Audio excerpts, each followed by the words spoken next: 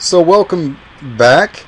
It is the end of week 2 and I'm just going to load up UDK here and I'll show you some of the changes I've made for my project this week. Alright, so we'll go ahead and close out the browser. First thing you'll notice is I've kind of taken each one of my levels, if you will, and broke them down into the separate weeks that I've been working on them. But I've also got this whole level master that I've named here, and what that is I've learned how to stream the levels together. So now I have combined level 1 and level 2 into one whole level. So we're going to go ahead and load that up. Close the start up and go ahead and play in editor. Right off the bat, you'll notice a quick change from last week. We have an actual fog volume here that I've created to give it a little bit of feel as if this is kind of radiating out some kind of nasty fog. Also, you'll notice real quick inside of these valleys that I have added a liquid volume.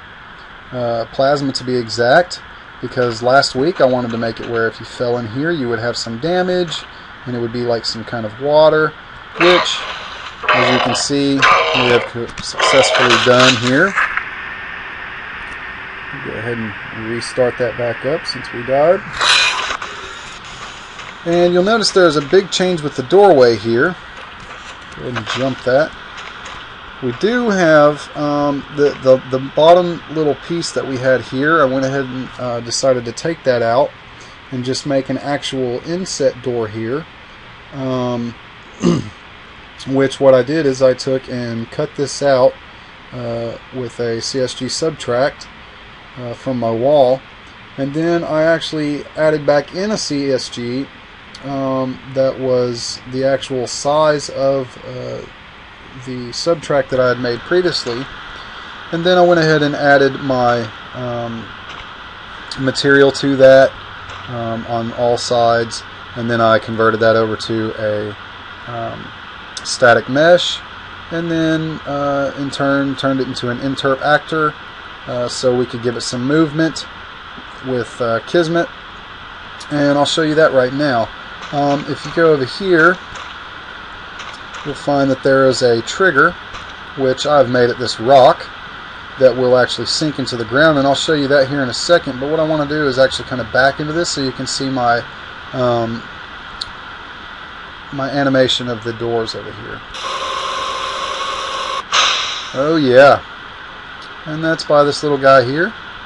So now we can actually go into the level, which is something I wanted to have accomplished from last week, and you can. Here's the room I was talking about last week that you can come up into. And since we learned how to stream the levels together, I went ahead and made this nice little hallway with just over about 64 lights that I positioned so carefully so they look perfectly aligned. And the player can walk down here. Meanwhile, while he's walking down, the level is streaming that second level together and loading it up. And as you can see, it is now loaded. You can see back up the hallway, quite a long hall. Gives the player the illusion that he is going way down deep into the ground. Now what's really neat here is I made some insets into the wall and actually placed a hidden door here, and I did it the same way as I did this one up here.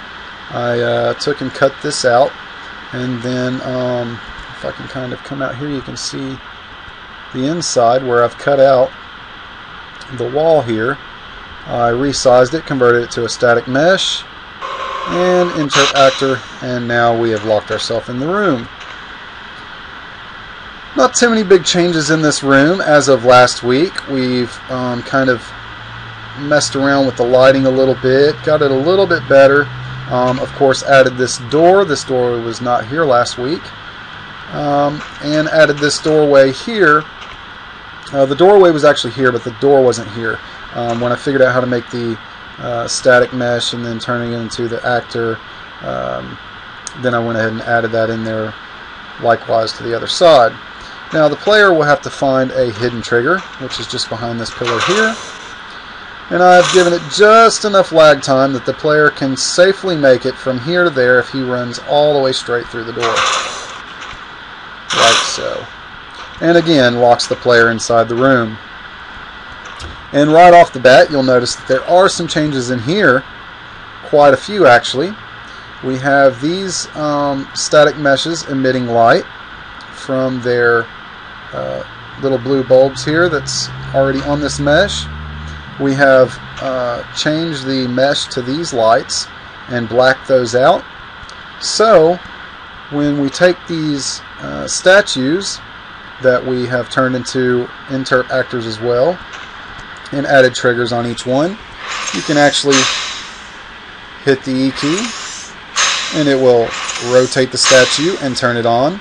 And we've added nice little blur here effect to make it look like the light is actually radiating out of that light source and that it's on.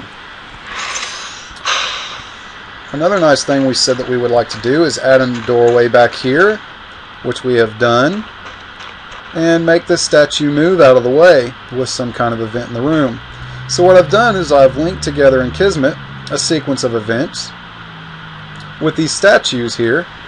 So if the player comes in and he figures out to turn this one and this one and this one and this one,